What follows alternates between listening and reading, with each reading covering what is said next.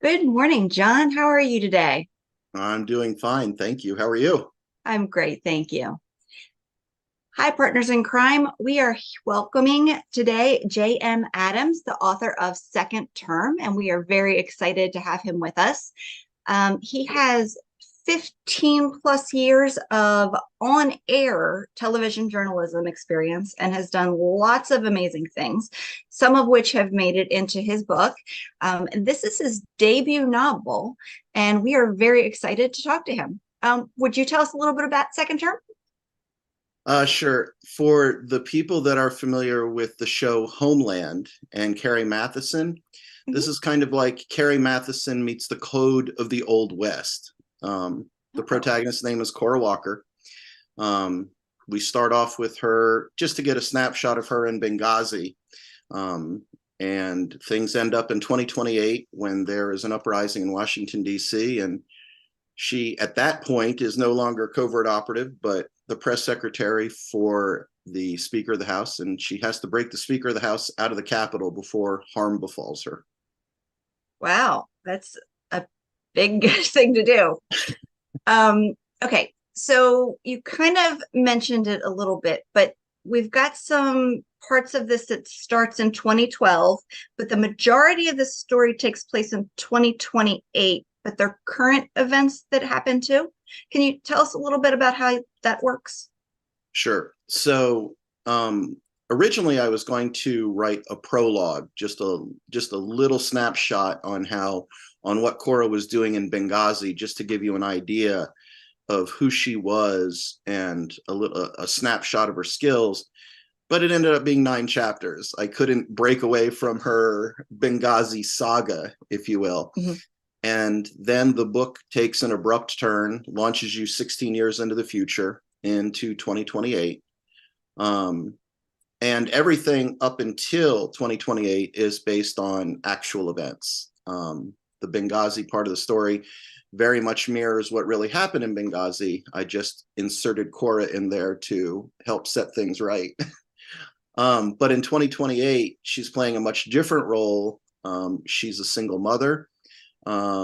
She has a very demanding job on Capitol Hill, but you also understand that one of the reasons she got the job is because she's a very proficient operative and also has a bit of, or even a lot of warrior inside of her.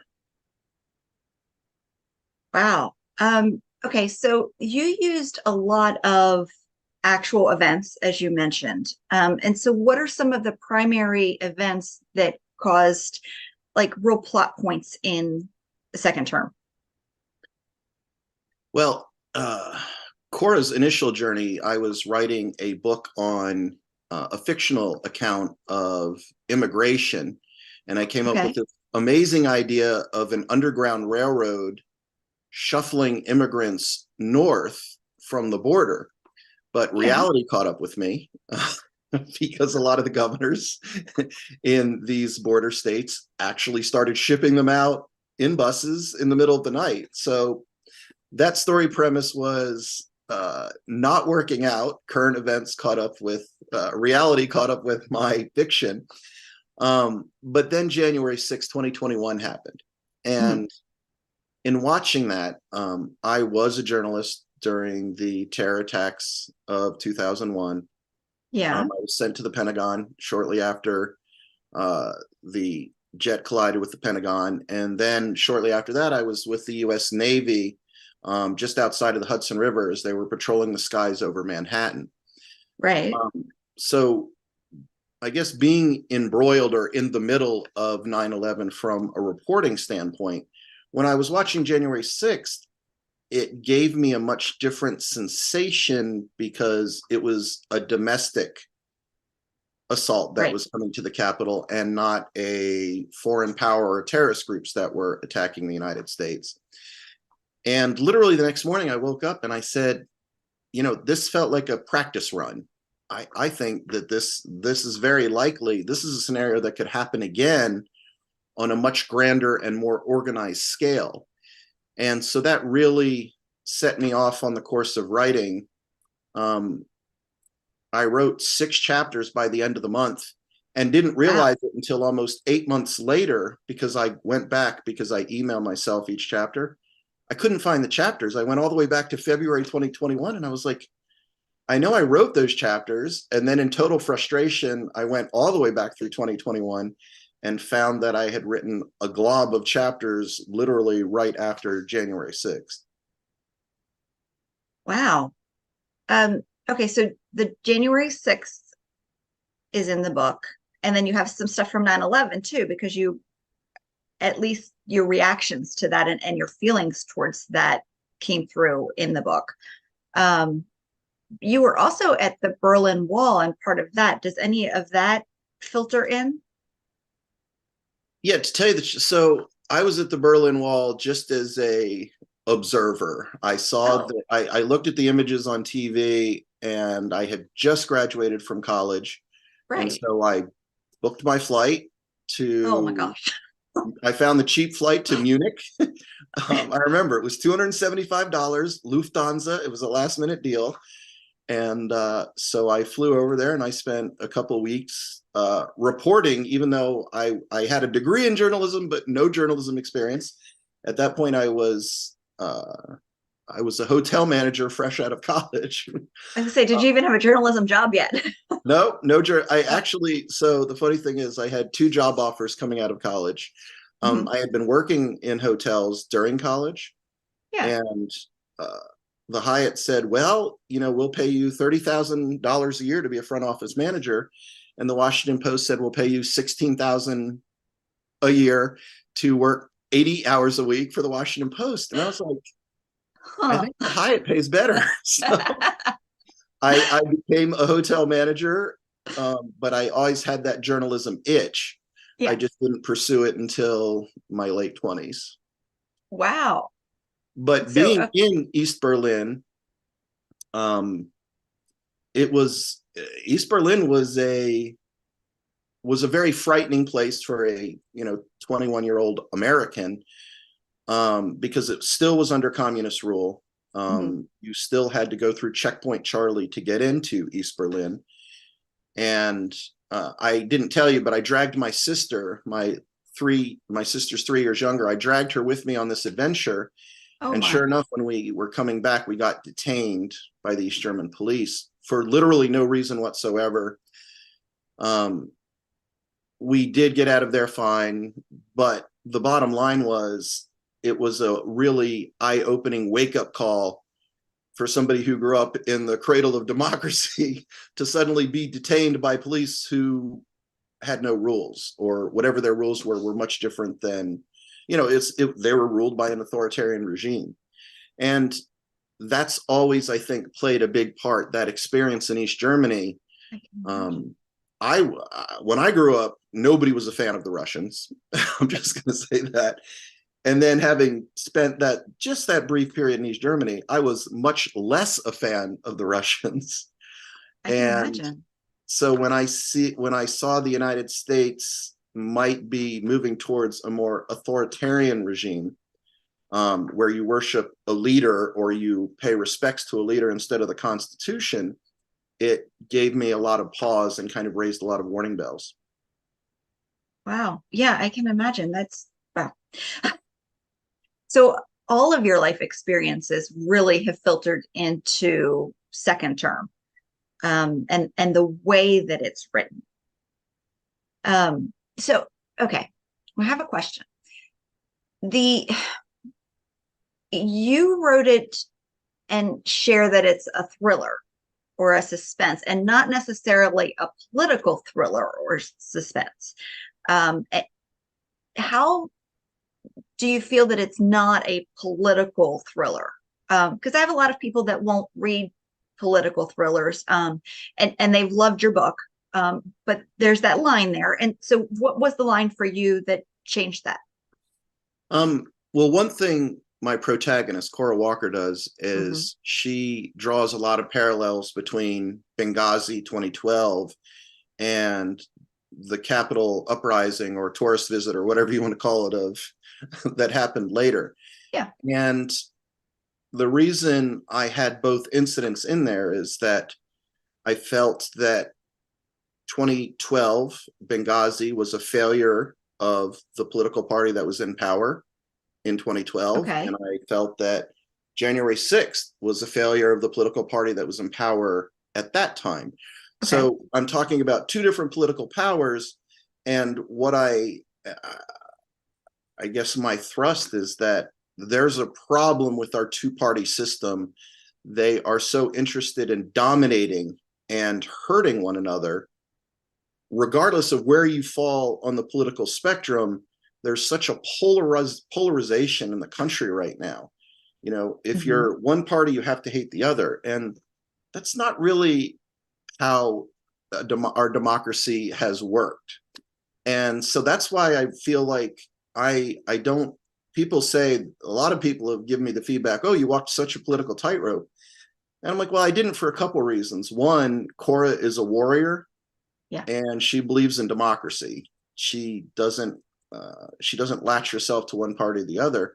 Right. But she also calls on the shortcomings of the government. If anything, I believe my book is pro-democracy and anti-authoritarian. But it doesn't. It's so funny. I've had some people on the far left and the far right tell me how much they liked the book because I didn't get into the politics. So I didn't do it with an intention of favoring one side or the other. I just did it because I probably shaped by my time in East Germany and my growing up with the fear of the Russian nuclear war that I don't want America to go to that direction. I want us to remain the democracy that we've been, not dominated by one party, but 8-year periods where one party rules and the other party doesn't, but that's it. So, I hear that politics, that the political state, everybody asks me every single book signing, they're like, well, is she a Democrat or Republican? I'm like, she's a warrior. She's above petty politics. Yeah. Okay. Yeah, I really appreciate that because a lot of people have been like, well, this is a political thriller. And I'm like, yeah, I don't think so. Very few people have come out of reading your book and said, this is a political thriller. Almost all of them have said, this is a really good thriller. It just has current events of a political nature included in it, which is similar but different. Right. I mean, and so what I'm trying to do is write off the history, right, but not take sides. And I mean, obviously, this is a character-driven novel, and I was much more interested in Cora than the politics surrounding her. And I felt that she did a good job herself. I know that sounds weird to talk about her like she's real, but I felt like she did a good job saying, my job is to protect democracy. I don't care who you're affiliated with, but I believe in the sanctity of the government, the two-party system. And bringing up Cora, I heard you mention in a recent interview that it wouldn't have worked if Cora was a man. Yeah. Why is that? So when I initially started writing, going back before I wrote Second Term, when I was writing the immigration novel, I got about 2 chapters in with a male protagonist, and I got stuck. And getting stuck for a journalist is a bad place to be. Because in journalism, I mean, let me just bore you with a quick story. When I was a Nebraska first-time reporter making $7.75 an hour in Grand Island, Nebraska, as a one-man band, which means you carry your own camera, your tripod, and then you put it in front of you and you talk to it like you're talking to a person. I told my news director on the 3rd day, I was like, I don't have a story. And he said, what? He goes, there's always a story. You have it, and I was told in no shy terms that if I didn't get my butt with a story, then I would have to find another job.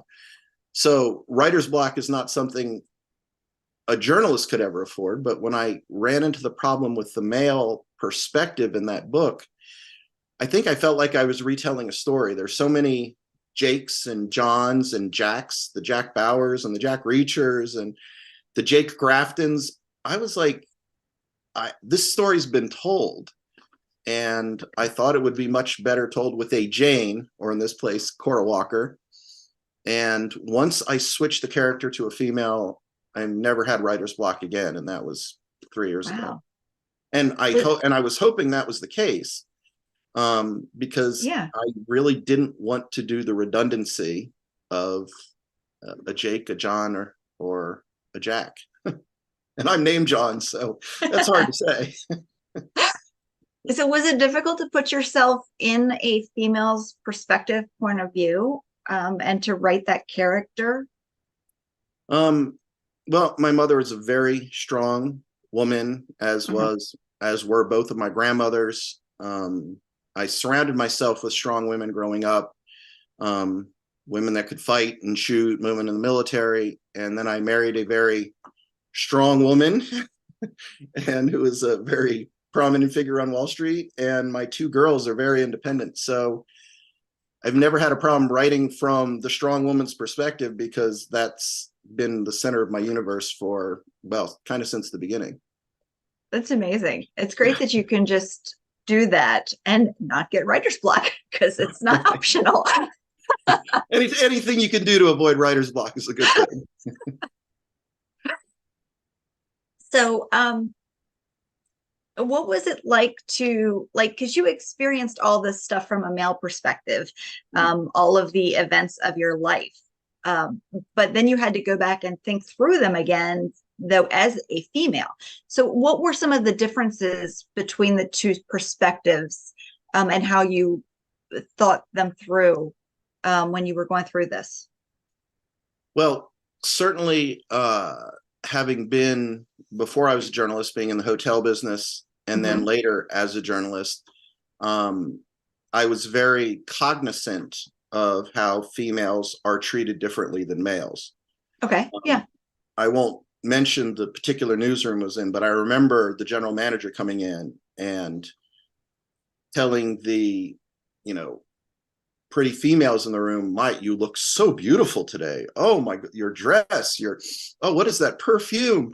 And I would just shake my head, and I was like, how come he's not, commenting on my cologne or my hair? And I'm Yeah. kidding, of course, but um, I saw so much of that in the hotel business and in journalism, Mhm. and even different ways of getting stories. How when I was when I was at a forest fire and things are burning all around us, and the fire chief comes right over to me instead of over to a female reporter.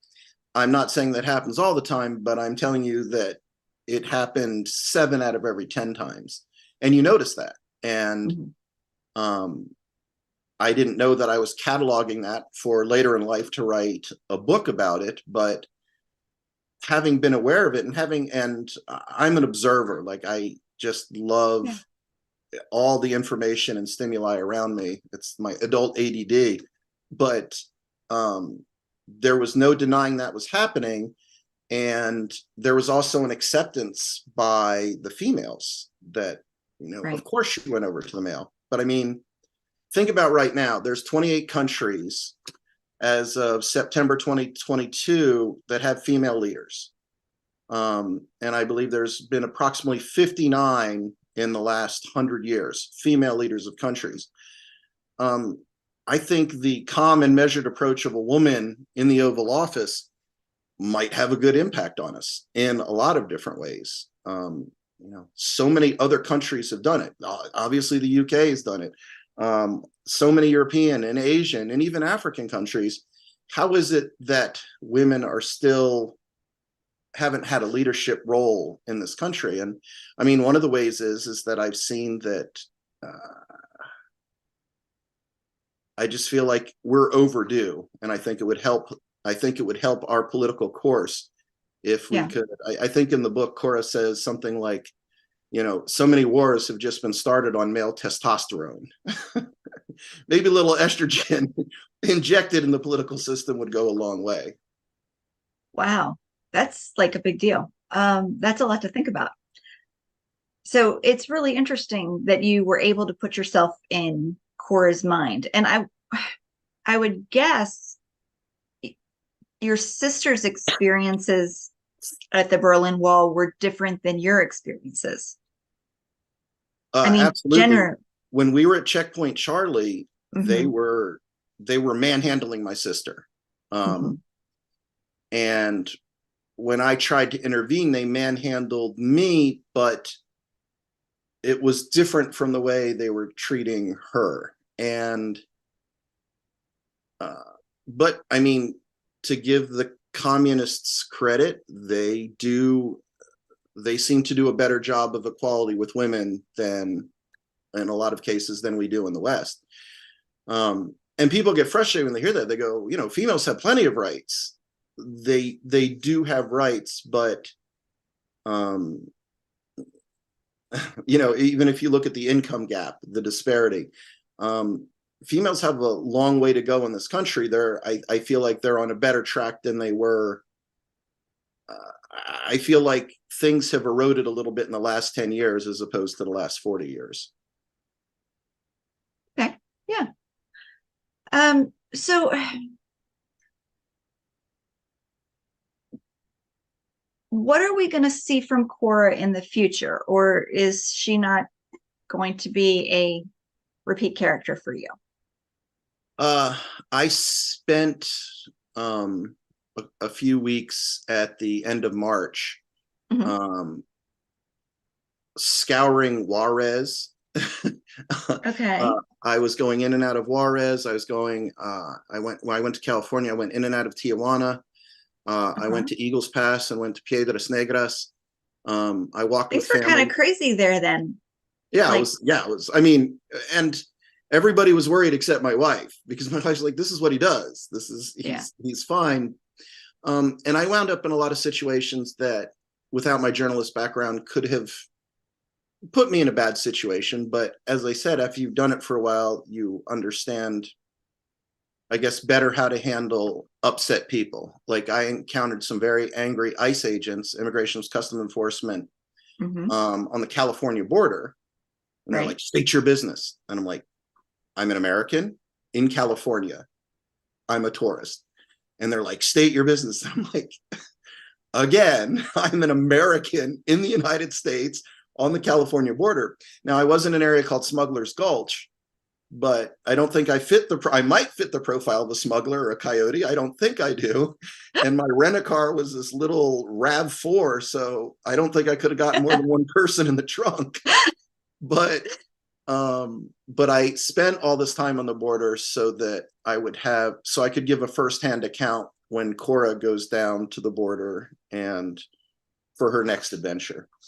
That's why I was down there, was to scout my next location for what Cora was going to be doing, because I didn't give up on the immigration just because they started I, busting the immigrants up here, and my underground railroad, my modern day underground railroad, was submarined.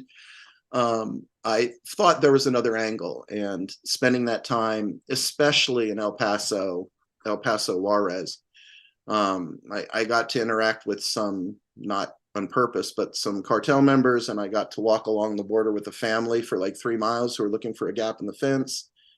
Um, and I don't want to write a book unless I feel like I have some kind of expertise on the subject, and that's why I spent the time there. wow, that's amazing. Wow. I can't even imagine having to deal with all that. I But mean, it sounds like you honestly, really enjoy it. oh my God, I do. I absolutely do. Like, when I had the encounter with the ICE agents, at one Mhm. point, the woman brushed her hand over her sidearm. And I was like, get your supervisor out here. I've had enough. And then they just looked at each other like that, and they got in the trucks and they drove away because they had overstepped their bounds. But Yeah. as I said, when you're a reporter and you've been in those situations, um, I got I got arrested at a Blue Angels crash scene. Blue Angels is a military um, acrobatics group, Hmm. and one of them crashed in a place called Valdosta, Georgia. Hmm. Well, unbeknownst to me or anybody else, when there is a military jet crash, a mile concentric circle becomes a restricted area. Right. I didn't know that, so I was waiting in there with a camera person, and then an 18-year-old stuck a machine gun in my face and said freeze, marched me out, and then the state police took me to jail. Wow. What's really funny is the state police, I've obviously done, I had done 20, 30, 40 stories with them. And he's like, John, I'm so sorry. I'm so sorry. I'm like, it's not your fault. I understand. But I was, and the military dropped the charges and everything. But, uh, you just have, as a journalist, when you're arrested or when something's going wrong, you just have to be calm and keep your wits about you. And that's why I knew, that the interaction with the cartel was unexpected and a little unfortunate. But that day, or excuse me, that night, 6 hours later, 3 people had tried to cross the wall, and the cartel members stoned them to death. And that was literally 6 hours after I had been there. But that kind of gives you a snapshot of the volatile nature of that whole area. And you could say I was lucky or unlucky, but there was a terrible incident the night before I landed. So I flew into San Antonio because I had no intention of going to El Paso. Because Albuquerque is a much fast, it's only a 4-hour drive, but from San Antonio, it's almost 8 hours. Yeah. But with everything that was going on at El Paso, I realized that was going to be the majority of my trip. But the night I landed in San Antonio, a bunch of Venezuelans had been locked up in a jail in Juarez, right on the border, not because they did anything wrong, but they were looking for, the Mexican government was looking for a place to store them. Well, the Venezuelans didn't want to be locked up, so they lit their mattresses on fire in the jail. Oh my And goodness. the Mexican jailers sealed them in, and 40 Venezuelans died. And I got there at 6 o'clock the next morning, and there was almost 1,000 Venezuelans, all perusing, going around and around the jail site because they wanted to know if their relatives had been one of the ones that died in there. So it's hard to imagine the scope of what's going on down there. You can only get so much from, the news, but when you actually go down there and spend time, again, I'm not choosing sides to say who's right and who's wrong, but certainly, 40 people being sealed in a tomb of a jail, if you will, and murdered. I mean, certainly the jailers that locked them in there didn't think they were going to survive, with burning mattresses. It's a bad situation, but it's something that, I wrote Second Term to call light to certain issues. And I wanted people to think about the significance of the January 6th event and the fact that it could happen again. And that's the same reason I want Cora to explore the immigration, because I really feel like that kind of storytelling just helps people see current events in a different light. Wow. Okay, so now you said something that was really interesting to me. And you said, as a journalist, when you're arrested, not if you're arrested, which is what most people would say. I mean, come on, John. Well, so I actually, there was another, I apparently got too close to a warehouse fire, and a police officer handcuffed me, but he didn't arrest me in that case.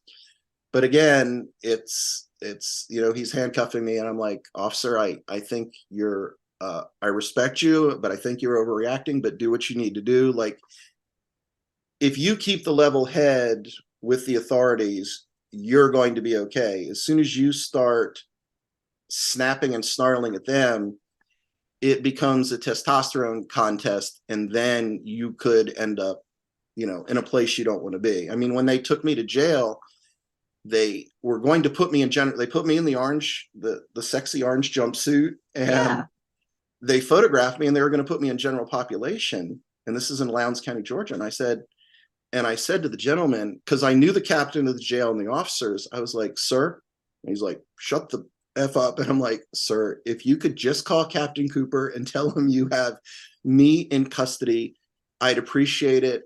If you put me in there, I don't know what's going to happen in there, but and finally, so he made me sit, but he really wanted to put me in general population. And then the captain of the jail came out, and he's like, I dreamed of this. He goes, this is the best day of my life. And like a jerk, Captain Cooper kept a picture of my mugshot on his desk for 2 months. Me in an orange jumpsuit. Thank you, Captain Cooper. But And actually, he ended up driving me home. He dropped me off at Oh, home. He said, "I think we can release you on your own recognizance." I said, "That's very well, generous that's of nice. you, Captain Cooper."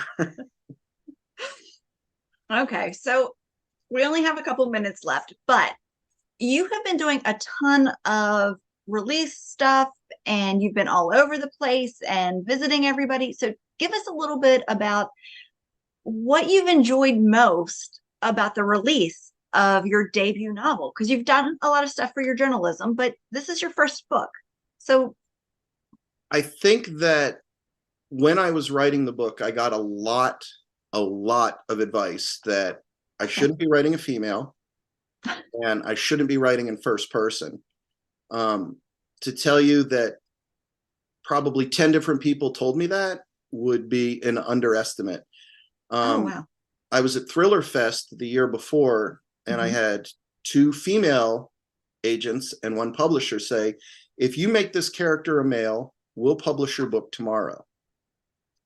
And I said, well, then my book will never see the light of day because Cora is always going to be the centerpiece of this novel. And that's a non-negotiable. The most gratifying thing is that everybody seems to love Cora. Like reviewer after reviewer, like, oh my God, I hope we see more of Cora Walker. Um, and even some of the hardcore military guys, I want to know more about Cora's background. I want to know Wow. where Cora comes from. So this outpouring of support for Cora is very gratifying because honestly, I was very nervous. I was like, I okay, can imagine. Yeah. people don't like Cora. I shouldn't be writing from a female point of view, and I shouldn't be writing in first person. And I was like, okay, maybe this book will live in a desk drawer, but I can live with that. I have to write it the way it came to me. So that love for Cora is a very uplifting thing for me because I have a problem. I think she's real. She's like the stepdaughter I never wanted, but she's a very she reaches people somehow. And I've gotten calls, like weird emails from kids that I went to high school with who I haven't talked to since the 80s saying, oh my God, that Cora Walker's a real piece of work. I really like her. And I'm like, that's extremely gratifying because I never wavered from her, but I did think that there was a possibility that she would just never see the light of day. Wow. That would be so frustrating and nerve-wracking, I can imagine. Wow. Well, thank you so much for visiting with us today. We really appreciate your time and you hanging out with us. Tell our audience where they can find you. Um, Actually, second term is available across the spectrum. You can find it on Amazon, Books a Mhm. Million, Indigo, uh, Hudson Booksellers. Actually, Barnes and Noble keeps saying sold out, and you've made it when Target is carrying your book, but Target says sold out as well. So I'm not sure if it even made it to the shelves for Target or Barnes and Noble, but you can order it anywhere offline. It's available on Audible. We've gotten a lot of great feedback on the Audible. So anywhere books are sold, that's the commercial line, right? Anywhere books are sold, find second term. Terrific. Well, thank you so much.